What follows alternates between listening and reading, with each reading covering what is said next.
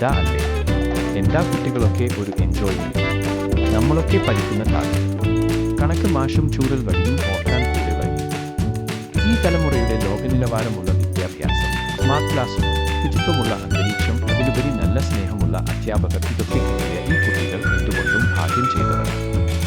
ഇതുകൊണ്ടൊക്കെ സ്കൂളിലെ എപ്പോഴും ലഹരി വലിച്ചു പീറ്റുന്ന കുട്ടികളെ മനസ്സു മാറുവോ ചെങ്ങായി?